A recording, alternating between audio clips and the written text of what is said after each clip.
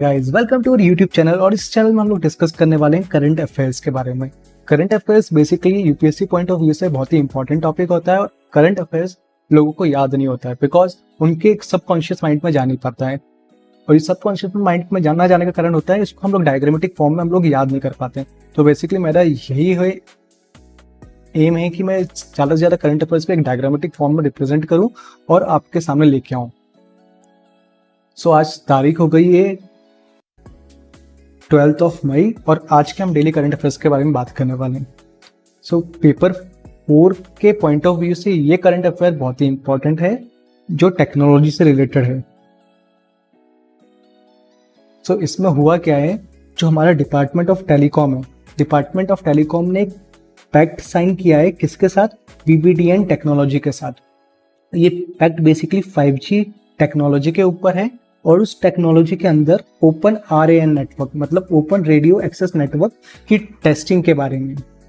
अब ये क्या चीज़ है, कैसे करते हैं, मैं बताता हूँ पूरा। जो टेलीकॉम इंजीनियरिंग सेंटर है, ये telecom engineering centre technological arm है डॉट का, डॉट यानी डिपार्टमेंट ऑफ टेलीकॉम का। इसने एक सिग्नेचर मतलब एक हाथ मिलाया है किसके साथ, वीवीडीएन टेक्नोलॉजी के साथ। इस हाथ मिलाने के साथ उनके हुआ क्या है, ये लोग ड्राइव करेंगे। ड्राइव मतलब बेसिकली एक इनोवेट करेंगे, किसमें, रिसर्च इनोवेशन में काम आएगा 5G टेक्नोलॉजी की, और ये domestic design and manufacturing of 5G technology को मैसिव लेके आएंगे मतलब बढ़ाएंगे। इसमें होगा क्या, जो स्टार्टअप हैं, MSME हैं, इनोवेटर्स हैं, जो ORN टेक्नोलॉजी पे वर्क करते हैं, उनको एक एग्जिस्टिंग लैब मिलेगी वीवीडीएन टेक्नोलॉजी की, जिसमें वो लोग टेस्ट कर सकते हैं ओपन RAN कंपोनेंट। अब RAN होता क्या है, RAN बेसिकली एक टेक्नोलॉजी प्रोवाइड करता है जिससे कि यूजर अपने मोबाइल नेटवर्क से कनेक्ट कर सकता है with the help of radio wave. देखो ये वेव बनी है ना, इसको याद करने का सबसे अच्छा तरीका है दिमाग में डाल लो कि RAN क्या है, एक टेक्नोलॉजी प्रोवाइड करता है किसके बीच में, यूजर के बीच में और फोन के बीच में कनेक्शन प्रोवाइड करता है विथ ओवर रेडियो वेव के ऊपर। अब हमारे पास करंट RAN है जिसमें हार्डवेयर और सॉफ्टवेयर दोनों साथ में होते हैं, इंटीग्रेटेड मतलब दोनों साथ में होते हैं। इसमें डिफिकल्टी क्या आ रही है कि mix vendor can not be used for unit. Like हमको अगर हार्डवेयर में एक वेंडर चाहिए और सॉफ्टवेयर के लिए अलग वेंडर चाहिए, तो हम लोग अभी करंट RAN में यूज नहीं कर पाएंगे। लेकिन ओपन RAN में क्या होगा कि डिफरेंट वेंडर, डिफरेंट, जैसे कि एक वेंडर हार्डवेयर पर भी काम कर सकता है तो दूसरा वेंडर सॉफ्टवेयर पर काम कर सकता है, जिसकी वजह से हमको मल्टीपल सप्लायर मिल जाएंगे for hardware also for software also, और डिफरेंट मिल जाएंगे। मतलब कि हार्डवेयर के अलग मिल जाएंगे, सॉफ्टवेयर के अलग मिल जाएंगे, दोनों को इंटीग्रेटेड के लिए हमको कोई सप्लायर की जरूरत नहीं पड़ेगी, जिस वजह से कॉस्ट कटिंग बच जाएगी हमारी 5G टेक्नोलॉजी के अंदर। तो ये डिपार्टमेंट ऑफ टेलीकॉम ने ये साइन किया उसके अंदर। जो सेकंड करंट अफेयर है वो पेपर 3 के लिए इंपॉर्टेंट है, जिसमें गवर्नमेंट और कॉन्स्टिट्यूशन आ सकता है। तो सुप्रीम कोर्ट ने क्या किया है, सुप्रीम कोर्ट ने एक स्लैम किया है गवर्नमेंट के क्लेम को। गवर्नमेंट ने क्लेम क्या किया था, प्रेसिडेंट के पास ही पार्डन पावर होती है। पार्डन यानी माफ करने की जो पावर होती है केवल प्रेसिडेंट साहब के पास होती है। तो आपको कुर्सी से याद हो जाएगा कि प्रेसिडेंट के पास गवर्नमेंट ने ऐसा कुछ क्लेम किया है। तो सुप्रीम कोर्ट ने क्या किया है, ऑब्जर्वेशन किया है, बेसिकली इसी चीज के ऊपर सुप्रीम कोर्ट ने ऑब्जर्वेशन किया है कि प्रेसिडेंट के पास पावर होती है और तमिलनाडु के जो गवर्नर हैं उनके पास ये पार्डन पावर नहीं है। और ये बेसिकली किस पे हुआ है, ये हुआ है राजीव गांधी के जो असैसिनेशन कन्विक्ट हुए थे, उसने एक प्ली फाइल की, AG पेरीवेल्लन उसने एक प्ली फाइल की है जिसमें उसको पार्डन के लिए मतलब उसने माफी के लिए एक प्ली फाइल करी है गवर्नर के हाथों। तो गवर्नमेंट ने क्लेम किया है कि प्रेसिडेंट के पास पार्डन पावर नहीं होती है। तो हम लोग इसमें डिस्कस कर लेते हैं कि प्रेसिडेंट और गवर्नर की पार्डन पावर क्या क्या होती है। तो अकॉर्डिंग टू आर्टिकल 74, आर्टिकल 74 के अकॉर्डिंग पार्डन पावर क्या होती है। तो प्रेसिडेंट पार्डन पावर अपनी यूज कर सकता है कोई भी यूनियन लॉ अगर पनिशमेंट हुआ, यूनियन लॉ के के साथ अगर किसी को पनिशमेंट मिला है तो प्रेसिडेंट अपनी पार्डन पावर यूज कर सकता है। कोर्ट मार्शियल अगर हुआ है तो प्रेसिडेंट की पार्डन पावर यूज हो सकती है, या फिर सेंटेंस ऑफ डेथ हो, किसी को सेंटेंस ऑफ डेथ हुई है तो प्रेसिडेंट की ही पार्डन पावर यूज हो सकती है विद आर्टिकल 74। और गवर्नर के पास आर्टिकल 161 के थ्रू पार्डन पावर आती है, लेकिन गवर्नर कोर्ट मार्शियल और sentence, death of sentence use नहीं कर सकता है।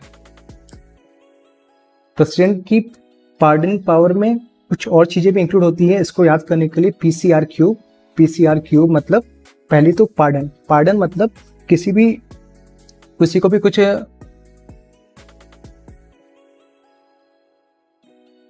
पार्डन पावर बेसिकली यूज होती है रिमूव करने के लिए सेंटेंस और कन्विक्शन।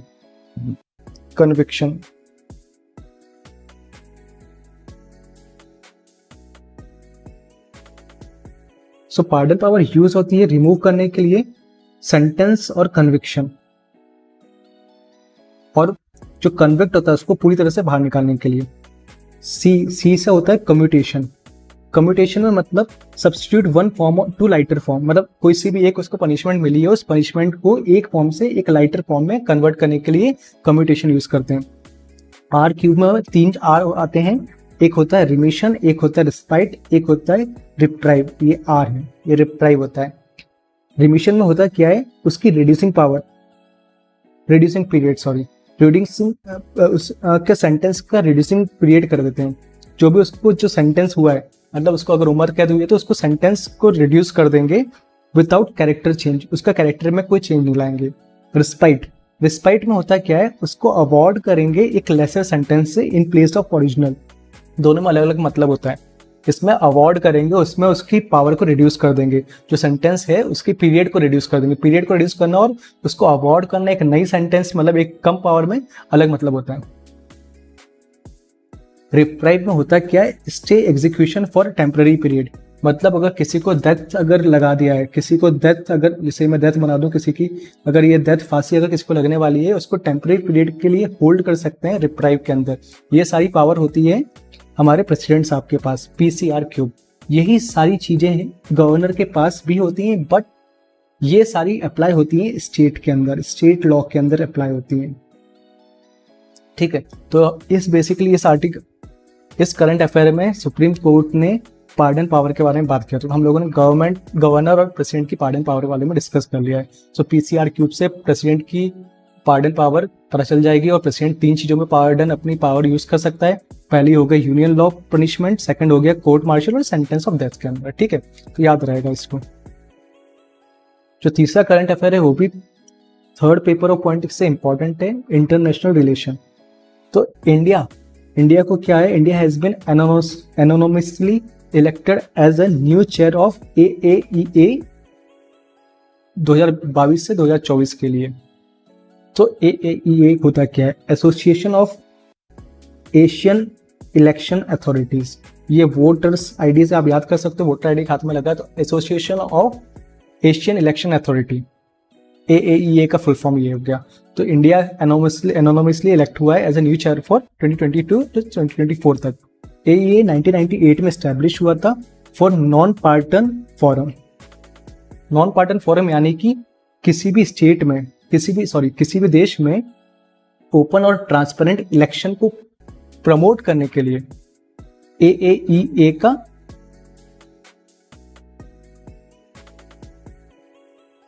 फाउंडेशन हुआ था। और इसमें एक और चीज याद कर लो कि ECI election commission of India पापा है, मतलब founder member of election management body, EMB के फाउंडर मेंबर हैं। अपने ECI क्या है, पापा है, फाउंडर हैं किसके, EMB के, इलेक्शन मैनेजमेंट बॉडी के, याद कर लो। जो फोर्थ करंट अफेयर है वो इंपॉर्टेंट है fourth paper point of view से, इकोनॉमिक डेवलपमेंट के ऊपर। जो सेबी है, जो हमारे स्टॉक मार्केट को रेगुलेट करता है, उसने एडवाइजरी पैनल बैठाया है किसके ऊपर, environmental social and governance ESG related matters के ऊपर। और बेसिकली उसने बोला क्या है, सेबी ने बोला है कि उसको इनहेंस करना है business responsibility and sustainability report BRSR को, जो कंपनी एक रिपोर्ट सबमिट करती है BRSR, उसको उनको एनहांस करना है विथ ESG के साथ। ESG की उसमें रेटिंग इंक्लूड होगी और ESG की उसमें इन्वेस्टिंग इंक्लूड होगी। ये दोनों ही रिपोर्ट को अब BSSR में इंक्लूड करना पड़ेगा। किसकी वजह से? सेबी की वजह से। तो ESG का मतलब होता क्या है? ESG से मतलब, पहला E से मतलब होता है इन्वायरमेंटल क्राइटेरिया।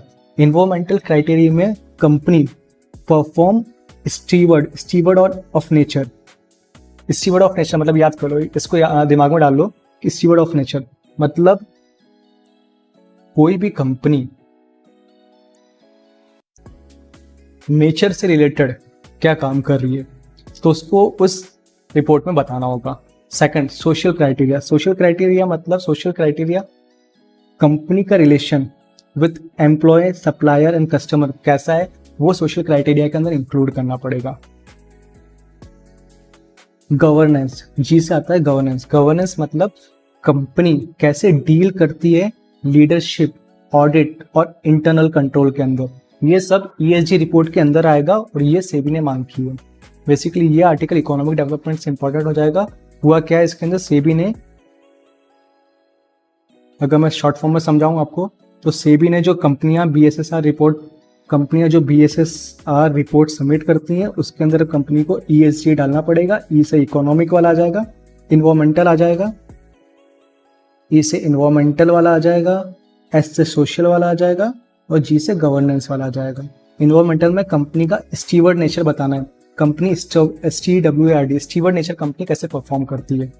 सेकंड, सोशल से आप बता सकते हो रिलेशन कंपनी का कैसा है विथ मैनेजर, कस्टमर, उसके सप्लायर्स, कस्टमर और एम्प्लॉय के साथ।